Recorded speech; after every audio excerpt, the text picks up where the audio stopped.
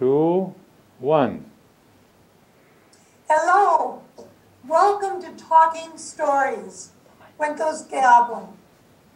I am your host, Rory Measure. Today I am joined by Carlos Aceves, a scholar of Mesoamerican culture and bilingual teacher at Buenos Aires Community School. Welcome, Carlos. Hi. I understand that you've prepared a Mayan legend to share with us today. Yeah. Packal's wisdom? Yes. Go ahead. Okay.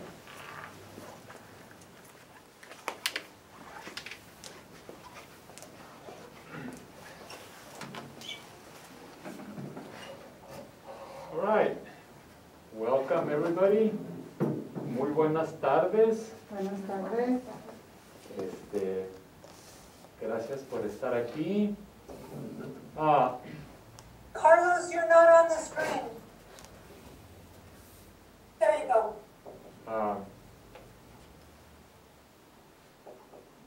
Today I'm gonna tell you a little story. And the story has a basis in fact, and that is that it's about a Mayan ruler, a Mayan governor that lived 1,400 years ago. His name was Packal. And Packal has the distinction of being one of the few people in Mexico that are buried inside a pyramid. Of all the pyramids that there are in Mexico, maybe just a handful you'll find somebody buried inside. So that was considered a very high honor. Pyramids were not made for as tombs, the way they were in Egypt. So the fact that Packal was buried there shows that he was very important person. And the reason he died when he was like 90 years old, and of course he was he had the reputation of being very wise. And so the legend is that right before he died, somebody asked him where he got his wisdom. How is it that from the time he became a young governor, that he was so wise?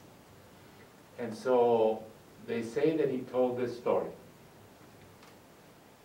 Packal is a very young man, young boy you could almost say, loved to go into the forest and spend long time in the forest.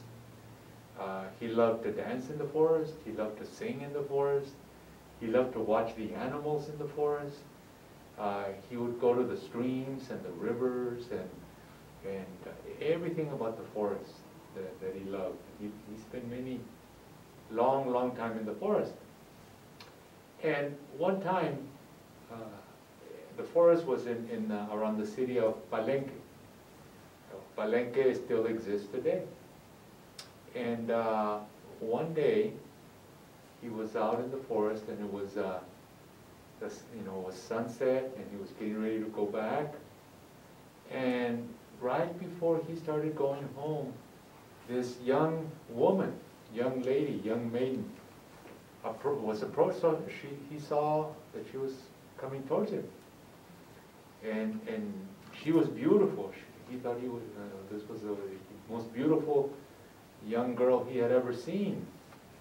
But he was curious because he knew just about everybody in the region, and he didn't recognize this young lady. And so she came right up to him and introduced herself, and he said, "It's very nice to meet you, but I don't think you're from around here. I've never met you here." And she said, "No, you're right. I'm not from around here. I'm actually from up in the sky. I'm one of those stars that you see at night." Packal was surprised. She said, "From up there, I've been watching you, and I fell in love with you, and I want to marry you. Will you marry me?" And Packal, he was already in love with her. He already thought that she was the most beautiful girl he had ever seen, and he said, "Of course I'll marry you, yes." And the girl smiled and she was happy. And she said, "Well, I'm very, very happy that you're going to marry me. But since I come from the sky very far away, and I'm going to spend the rest of my time on earth, I need to go back and say goodbye to my friends and to my family, to my mother, to my father, all the relatives in the sky. I need to say goodbye. Will you wait for me?" "Of course," he said. "Yes, I'll wait for you." And as she turned around, she stopped and turned back and she said, "Oh, one more thing." She brought up a little box and she said, "I need you to keep this box for me." She gave him the box. She said, "Now, inside that box are the treasures of the sky, the treasures of heaven. So they're here to keep me company while I'm on earth. But please don't open it, or the treasures will fly away." And Packal said, "Oh no, I'm not going to open it, and nobody's going to open this box while you're away." "Okay," she said, "but remember, if you open it, you're going to break your word, and I'm not going to be able to marry you." Packal said, "Don't worry, you have my word." And so the star woman left, went back up into the sky. Packal went back home, put the little box next to where he slept, and he was all right that night. Then when he came back the next day, he got the little box and kind of looked at it. Then he put it aside, went to sleep. The next day when he came back, he got the little box again, looked at it, and then he started shaking it, couldn't hear anything, and he put it back. The next day when he came, he got the little box again, and he looked, and he looked, and he looked, and then he shook it again, and shook it again, and then he got the lid, and then opened it just a little bit to look inside. And then couldn't see anything. He opened it up a little bit more, nothing. More, nothing. Opened it, nothing. Nothing. Looked in there, closed it again, set it aside. Says, "I don't know what you was talking about. The treasures of heaven, the box is empty." He went to sleep, and in the morning, when he was going to walk out the door, there was a young woman.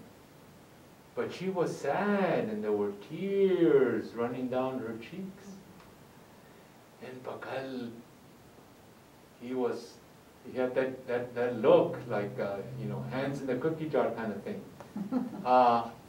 And he said, "What's the matter? What's wrong?" And the girl said, Packal, from up there we saw you. You opened the box." And Packal immediately said, "It was empty. There was nothing in it." And the girl said, "Packal, the box had the air of heaven, and the air of heaven had the sounds of the sky.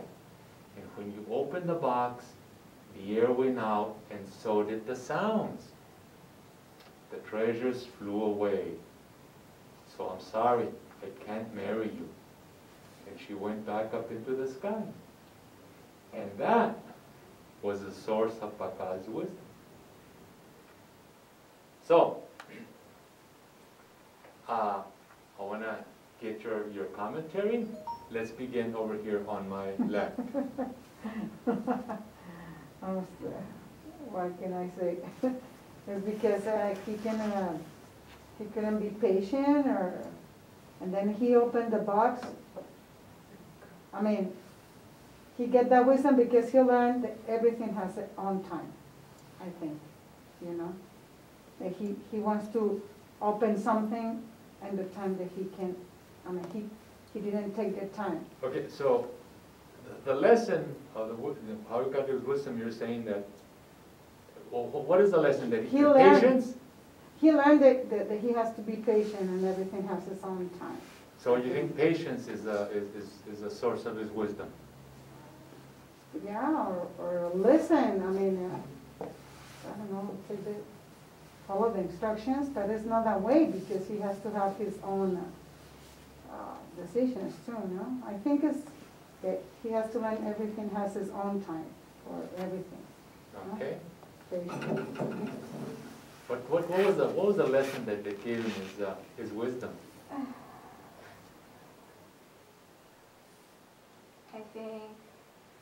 I think part of it is patience, but I also think that maybe you don't. I'm sorry to say. You don't really. Just because you don't see anything doesn't mean it's not there. That's what I Okay. think. So he thought that there wasn't anything in the box because he couldn't see anything. So I don't know, maybe that has to do with it. How would you word that in a lesson? How would you word that in a lesson? How would I work it into the lesson? The moral lesson, the moral of the story that would give somebody wisdom. To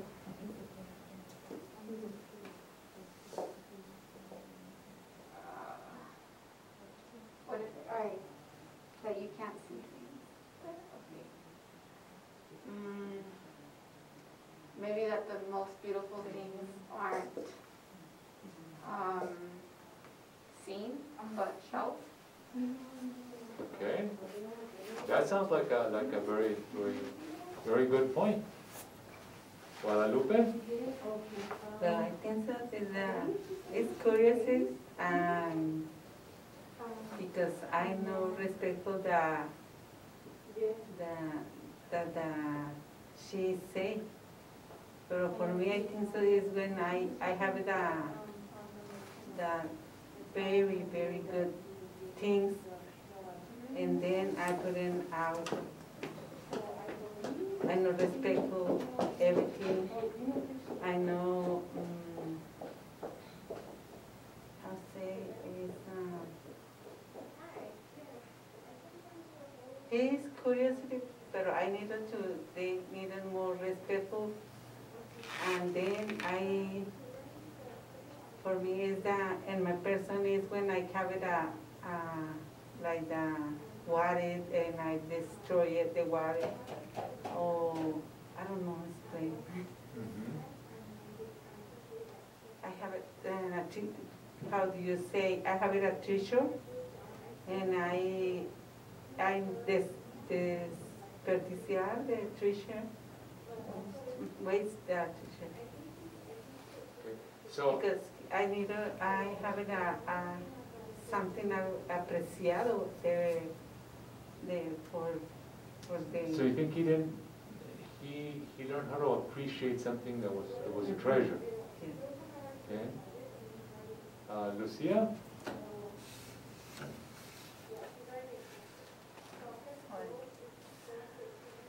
Well, I think in the three of you touched something part of all that lesson that to me inspires in terms of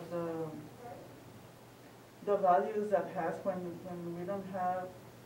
How do we believe in something when somebody who we consider our most precious one that is putting in our hands something specifically it could be a mystery, it could be something that is not visible, and if we don't have patience, we can have curiosity, but we can wait until it's time, if that is going to happen.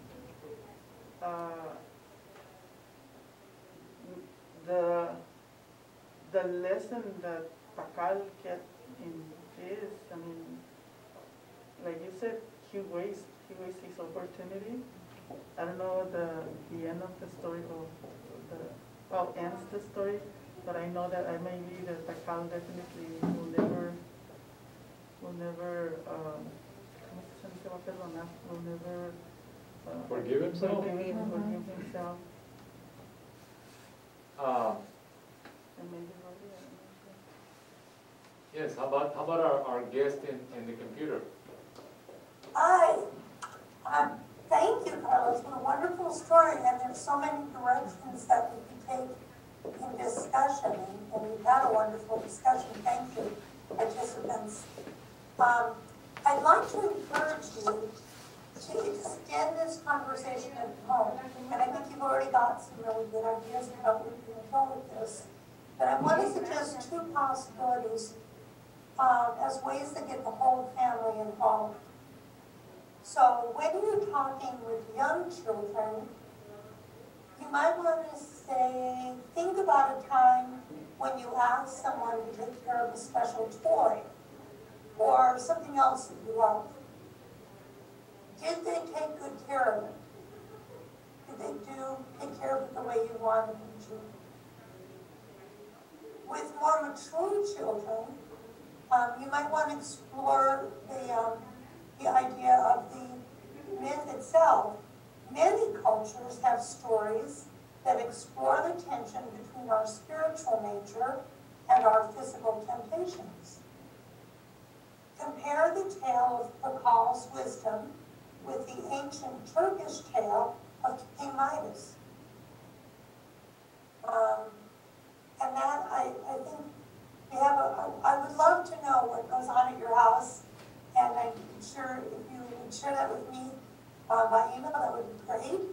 But in any case, enjoy retelling that story with your family and diving into it in whatever layer seems appropriate at the time. Thank you all. Carlos, thank you so much. Thank you all for being with us. Thank you, Lucia. Join me next time for Talking Stories, Cuentos que Hablan. Thank you. Thank you. Bye. Es como se echa esto. Es un programa que va a durar como 40 minutos, una hora.